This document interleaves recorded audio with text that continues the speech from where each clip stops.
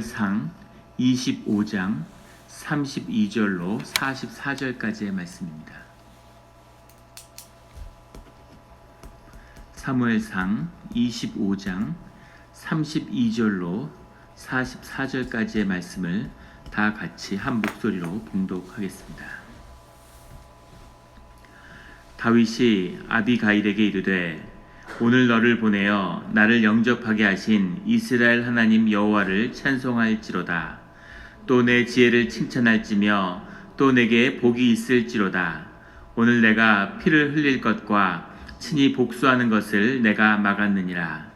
나를 막아 너를 해하지 않게 하신 이스라엘의 하나님 여호와의 살아계심을 두고 맹세하노니 내가 급히 와서 나를 영접하지 아니하였다면 밝은 아침에는 과연 나발에게 한 남자도 남겨두지 아니하였으리라 하니라. 다윗이 그가 가져온 것을 그의 손에서 받고 그에게 이르되 내 집으로 평안히 올라가라. 내가 내 말을 듣고 내 청을 허락하노라. 아비가일이 나발에게로 돌아오니 그가 왕의 잔치와 같은 잔치를 그의 집에 배설하고 크게 취하여 마음에 기뻐하므로 아비가일이 밝은 아침까지는 아무 말도 하지 아니하다가 아침에 나발이 포도주에서 깬 후에 그의 아내가 그에게 이 일을 말하매 그가 낙담하여 몸이 돌과 같이 되었더니 한 열흘 후에 여호와께서 나발을 치심에 그가 죽으니라.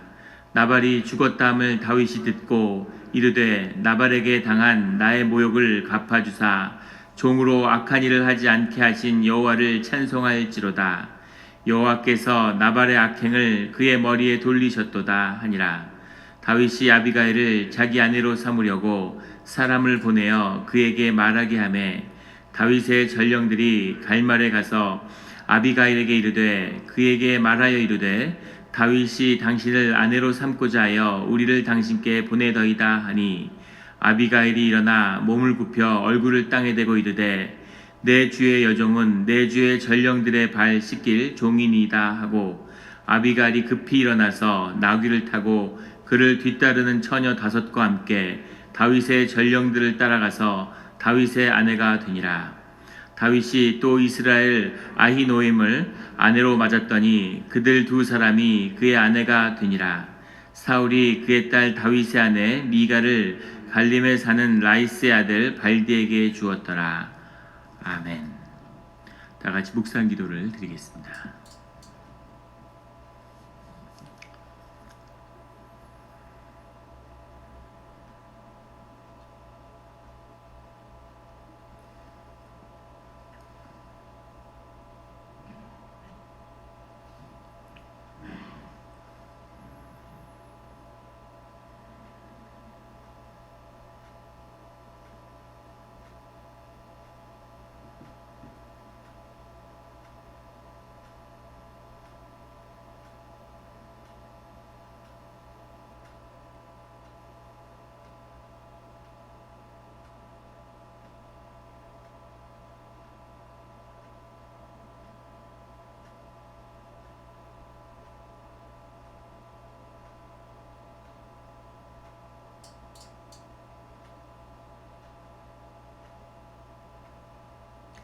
하나님 아버지 감사합니다.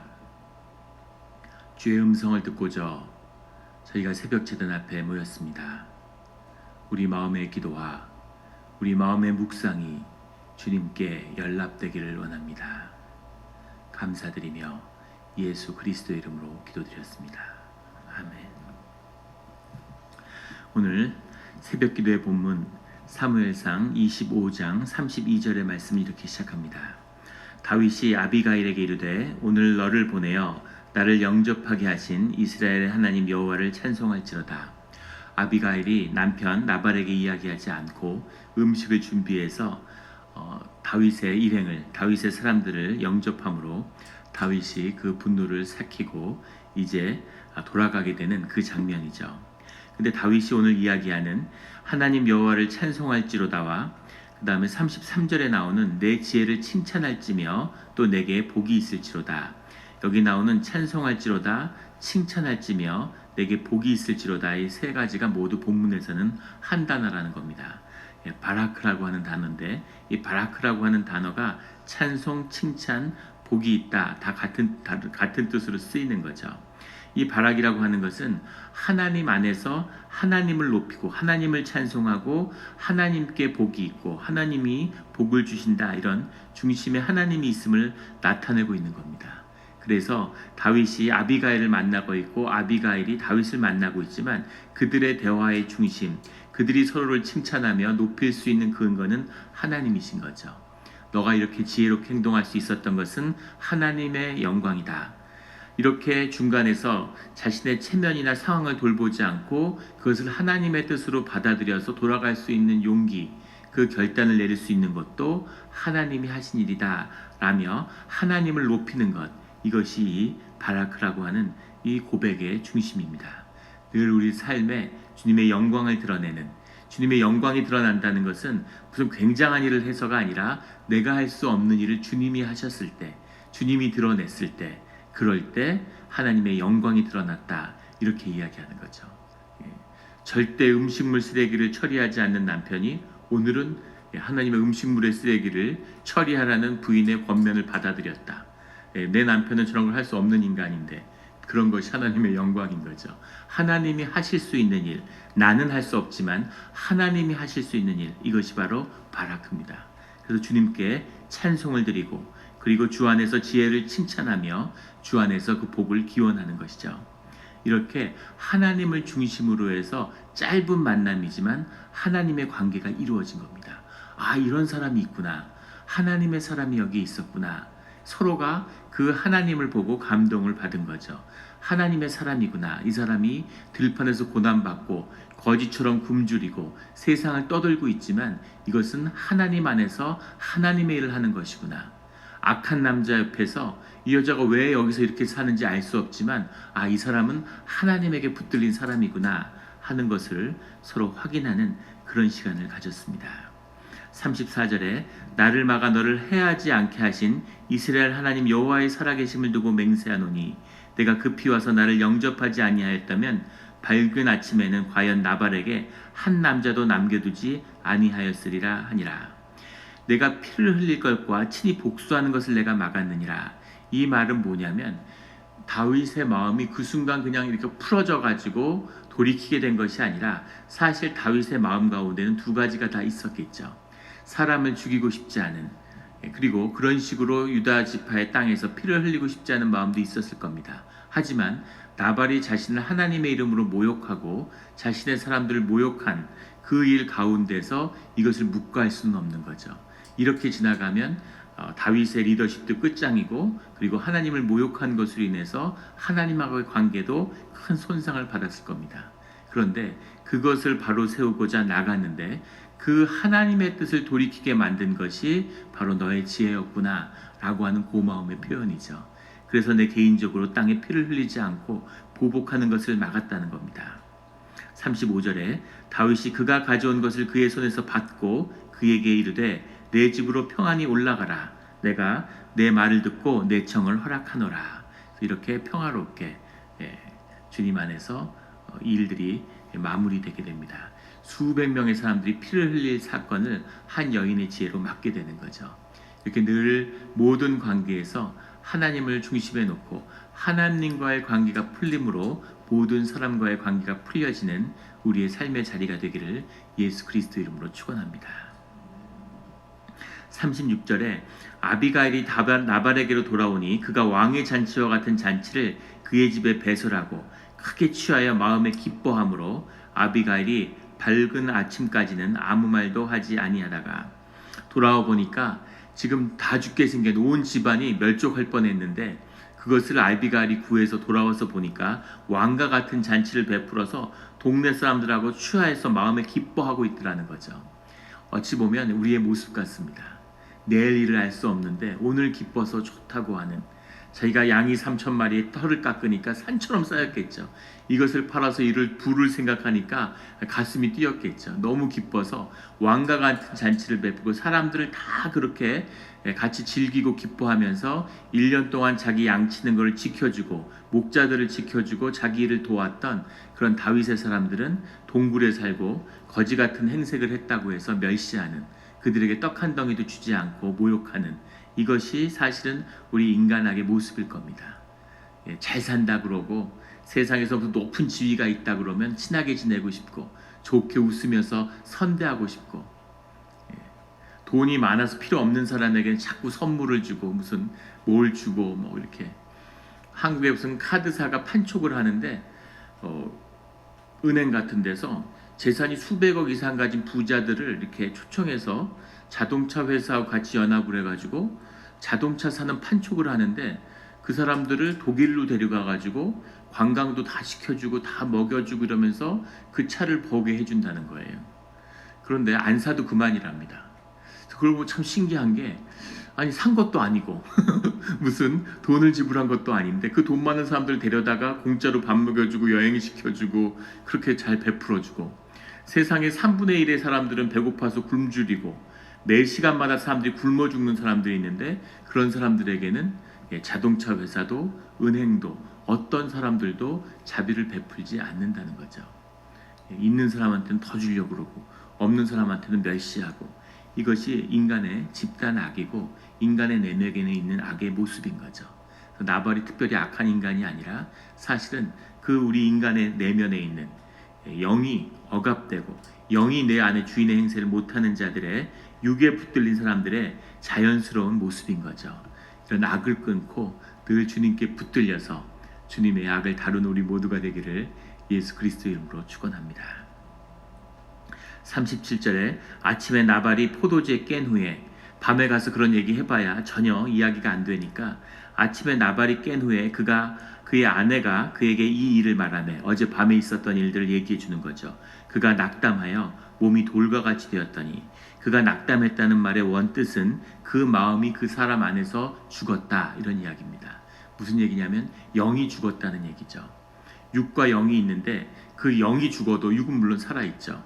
하지만 영이 죽으면 그 생명이 끝나는 겁니다. 영혼을 팔고, 우리가 영혼을 팔았다고 얘기하지만 영이 죽는 거죠.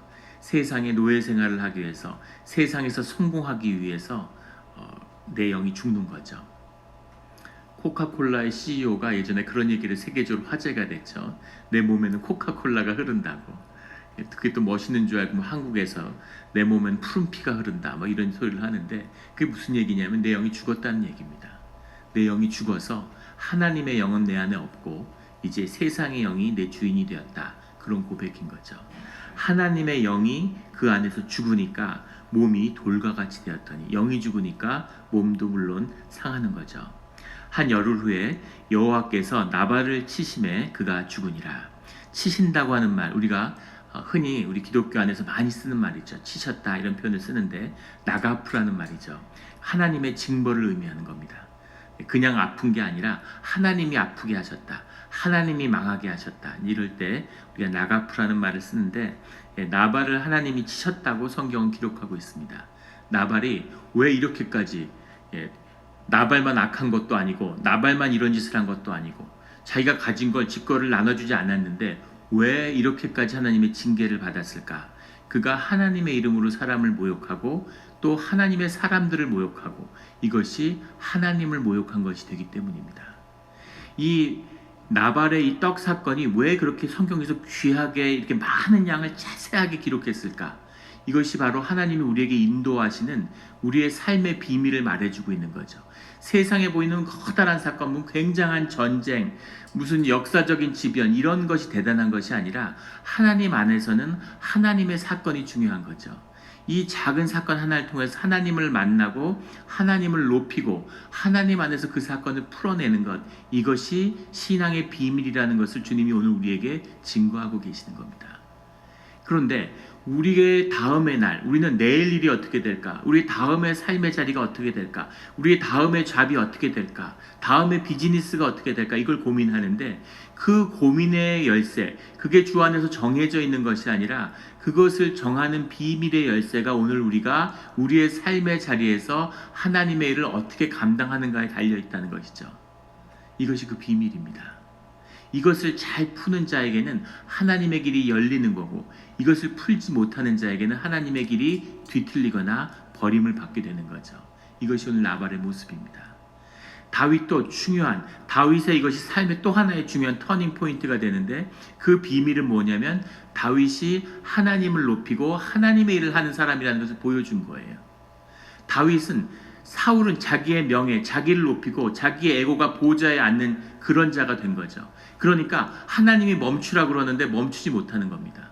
가라고 그러는데 가지 못하는 거죠. 기다리라고 하는데 기다리지 못하는 거예요. 전쟁은 임박했고 사람들이 보는 눈이 있고 자기 위신이 있기 때문에 그 위신에 걸맞고 자기를 높이는 일을 행하는 거죠. 그래서 점점 하나님께 멀어져 가는 거고, 다윗은 아주 중요한 순간이었는데 그런데 하나님의 분별함과 뜻을 들었다는 겁니다. 결코 쉽지 않은 일이었을 겁니다. 400명이 칼을 빼들고 칼을 치러 가는데 다 굶주렸고 분노에 사로잡혀 있죠. 그리고 위신이 손상당했습니다. 나발의 집을 도륙을 내고 양 3,000마리를 다 잡아다가 가지고 오면, 그러면 400명의 칭송을 받고 남아있는 200명과 그의 가족들로부터 다 잘 먹고 좋게 되고 그 재물을 다 취하고 자기의 위신은 높아지고 세상에 다윗이 무섭구나. 그러면 사람들이 너도 나도 앞다퉈서 재물을 갖다 주겠죠. 무서워서라도 털릴까봐. 그러면 하나님의 일과 다윗의 가문이 하나님의 이름으로 세워지는 일은 끝났을 겁니다. 그런데 위신이 어땠던, 배고픔이 어쨌든 가면 양 3,000마리와 그 잔치를 다 털 수 있는데 떡 200덩이를 가지고 600명과 그 이상의 사람들이 기다리는 곳으로 가서 간신히 허기를 때우겠지만 그렇게 하나님을 존중할 수 있는 그 모습이 되기 때문에, 그렇기 때문에 새롭게 하나님의 길이 다윗 앞에 열리는 거죠. 이런 중요한 순간이 인생 가운데 몇 번 있습니다. 순간순간 있어요. 그럴 때 하나님께 내 마음의 중심이 무엇인지를 한번 보여드리는 거죠. 이런 것이 하나님이 기대하고 기다리시는 겁니다. 부흥회를 일주일을 했는데, 부흥 사경회를 한다고 일주일 동안 쫙 그러고 막 노래를 불렀는데, 그 은혜의 비밀이 그 부흥회의 기간이 있는 게 아니라 부흥회가 끝난 다음날 새벽 기도에 있는 겁니다. 그날 나와서 주님께 기도해야 돼요. 그런 것이 진짜 내 마음이 하나님께 가 있는지, 하나님의 인도하심을 받는지에 대한 비밀입니다. 1년 내내 안 나와도 꼭 하나님 앞에 앉아 있어야 할 때가 있는 거죠. 그때 그 앞에 앉아 있어야 됩니다. 이것이 주님의 인도하심의 비밀이에요. 다윗은 아주 중요한 때, 중요한 순간에 하나님의 뜻을 분별하고 하나님을 따르는 모습을 보여준 거죠. 이것이 다윗이 신앙 가운데 훌륭한 점입니다. 아비가일도 훌륭하죠. 주님의 뜻을 분별하고, 아비가일은 어떻게 보면 다윗보다 더 훌륭한 것 같아요. 나발의 아내로 살고 세상의 부자고 세상에서 호의호식을 다 누리고 사는 유괴 자리에 있었을 텐데, 거기서 마음의 깨끗함을 지키고 하나님을 분별하고 하나님을 바라보는 그런 삶을 살았다는 겁니다. 부부는 닮는다고 그러죠. 나발 옆에 살면서 맨날 나발하고 사는데 그 영향을 받지 않고 마음을 깨끗하게 지켰다는 건 어쩌면 다윗보다 더 큰 사람으로 하나님께 보일 수 있다는 겁니다. 이것이 아비가일의 모습이죠. 나발이 죽자마자 39절에 그 다윗이 뭐라고 고백하냐면, 종으로 악한 일을 하지 않게 하신 여호와를 찬송할지로다. 내가 하지 않고 주님이 하셨구나. 그의 머리에 그의 나발의 악행을 돌리셨도다 라고 다윗이 고백하죠. 내가 세상에서 피를 흘리지 않고 주님이 그것을 갚아주시는 일이 우리 삶 가운데 있기를 주의 이름으로 축원합니다. 그 주의 사람은 싸울 필요가 없는 거죠. 주의 사람은 악을 쓸 필요가 없는 겁니다. 주님께 올려드리면 돼요. 그럼 주님이 오히려 너무 복수를 처절하게 해서, 주님 그렇게까지는 하시지 않았으면 좋았을 텐데, 나는 그런 걸 원한 게 아니었는데, 이렇게 그 사람을 불쌍히 여기는, 원수를 위해서 기도하는 그런 모습이 나타나게 됩니다. 내가 미워하고 내가 어떻게든 이걸 갚아야지 이러면 주님이 뒤에 물러나 계시는 겁니다. 네가 하겠다니까 나는 기다리겠다 이렇게 되는 거죠. 그래서 모든 것을 주님께 올려드리는, 억울하고 힘든 일이 있어도 주님께 올려드리는 우리가 되기를 주의 이름으로 축원합니다. 그 다음에 다윗이 전령들을 보내서 아비가일에게 청혼을 해요. 어떻게 이렇게 죽자마자 바로 청혼을 하고 또 청혼을 받자마자 이렇게 전격적으로 자기 집안을 떠나서 나발의 집을 떠나서 이렇게 동굴로 갈 수 있을까? 그런 생각이 드는데 애도 기간은 7일이었기 때문에 우리 한국에선 전통적으로는 3년, 보통 뭐 1년, 1년이 안 됐는데 새 장가 가고 그러면 사람들이 욕하죠. 그런데 이 이스라엘은 일주일이었다는 겁니다. 그리고 그 당시에 그 삶의 조건에서 지금처럼 풍족한 삶이 아니죠. 그래서 지금까지도 중동의 지방에 그런 게 남아 있지만 이 부인들이, 홀로 된 여인들이 재가를 하는 것, 이건 아주 자연스러운 일이었습니다. 우리가 이제 자유주의의 또 페미니스트의 시대에 살고 있으니까 한 번에 장가를 2번 가고 이런 걸 보면서 어떻게 이런 일이 있을 수가 있을까 하고 분노하지만 이 시대의 문화와 눈으로 본다면 아주 자연스러운 일인 거죠. 그런데 아비가일이 목숨을 걸고 분별하는 사람인 것처럼 이 다윗의 청혼을 전격적으로 수용하고 바로 따라 나섰다는 겁니다. 이것도 용기 있는 행동이죠. 좌고우면하지 않고 자기 삶의 운명에 가장 소중한 것이 무엇인가, 이런 것을 딱 아는 거죠. 예전에 교회 한 집사님이 혼자 되셔가지고 재혼할 기회가 있었는데 그렇게 하라고 강하게 권면을 하는데 못 하시는 거예요. 남편 눈치, 애들 눈치도 보이고 사람들이 또 뭐라 그러지 않을까, 뭐 이게 아닐까 저게 아닐까 막 너무너무 고민을 해서 마음은 가 있고 정말 가고 싶은데 선뜻 못 가는 거죠. 그래서 다른 걸 돌아보지 말고 마음의 소리를 들고 마음의 소리를 따라가라고, 남들이 뭐라 그러던 그런 건 다 지나가는 거니까 가장 중요한 본질을 붙들어야 된다, 이렇게 말씀을 드리는데 그걸 못 하시더라고요. 이게 쉽지 않은 일이죠. 근데 아비가일은 했다는 겁니다. 믿음의 사람은 이런 결단이 있어야 되는 거죠. 삶의 가장 소중한 것, 중요한 것을 딱 붙들고 나머지 것을 버리는. 아비가일 눈에는 나발이 남긴 이 재산과 여기서 이렇게 풍요롭게 내가 누리며 살 텐데, 이제 나발 눈치도 안 보고 내가 왕같이 살 수 있는데 그걸 던지고 동굴을 따라 나서는 남자를 보고 쉽지 않은 일이죠. 나이도 있고. 그런데 과감히 삶의 가장 소중한 것이 무엇인지를 보는 그런 아비가일의 모습입니다. 아비가일이 다윗의 아내가 되었고, 또 43절에 가면 이스라엘 아히노암이, 사울의 부인 중에도 아히노암이 있기 때문에 그것과 구분하기 위해서 이스라엘 아히노암을 이라고 쓰는 거죠. 근데 두 사람의 아내를 맡게 됐는데 그 이유는 44절에 나오는 사울이 그의 부인이었던 미가를, 궁정에 살고 있는 미가를 또 다른 사람에게 시집 보냈기 때문입니다. 멀쩡히 남편이 살아있는데 이혼을 한 것도 아니고, 이 모세율법의 이혼에 대한 법규가 다 나와 있는데 그것을 사울이 정면으로 어겼기 때문에 거기에 대해서 다윗도 부인을 얻는 것의 모습이 나오죠. 근데 여기서 하나 봐야 될 것은 뭐냐면 이 아비가일이 갈렙의 후손이고 그리고 유다 지파의 땅에 살고 있는 사람이라는 겁니다. 그래서 이 나중에 길르압과 다니엘 두 아들을 낳고 부인이 왕비가 되죠. 헤브론에 입성할 때 아비가일과 같이 들어가게 되는데 아비가일도 마찬가지고 아히노암도 마찬가지고 다 유다 지파의 사람들이라는 겁니다. 그런데 그 당시에 다윗에게 주어진 가장 큰 도전은 뭐냐면 사실은 이스라엘 전체의 지도자가 되는 거 이전에 유다 지파의 지도자가 먼저 돼야 되는 거예요. 근데 그게 쉽지 않은 겁니다. 왜냐하면 가문이 완전히 사울에 의해서 무너졌고 그 집안의 사람들이 살기 위해서 모압으로 도망가 있고, 그리고 자기 그나마 또 먼 친척들은 자기 지금 거짓대가 돼서 같이 모여 살고 있는 동굴 안에 유다 지파에서 자기의 무언가를 가질 수가 없는 상황인 거죠. 그런데 아비가일과 같은 집안을 이름으로 해서 유다 지파의 뿌리를 내리고, 누가 봐도 다윗은 유다 지파의 사람이고 유다 지파의 지도자구나.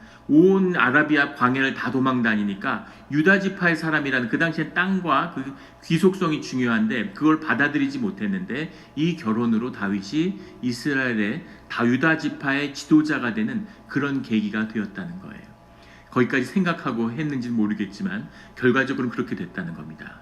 이것이 다윗의 삶이 더 이스라엘의 왕이 되어가는 한 발을 내딛고 새로운 길이 열리는 계기가 되었다는 거죠. 그런 걸 보고하지는 못했겠죠. 그리고 아비가일이 총언을 받는다는 보장도 없잖아요. 그러나 하나님의 뜻 가운데서 행한 일이기 때문에 하나님의 뜻이 그 안에서 자연스럽게 펼쳐져 가는 거죠. 우리의 삶에 앞을 생각하지 않고 오늘 하루에 주님이 주신 말씀에 순종함으로 주님의 뜻이 우리 가운데 열리는 우리의 삶의 자리가 되기를 예수 그리스도 이름으로 축원합니다. 기도드리겠습니다.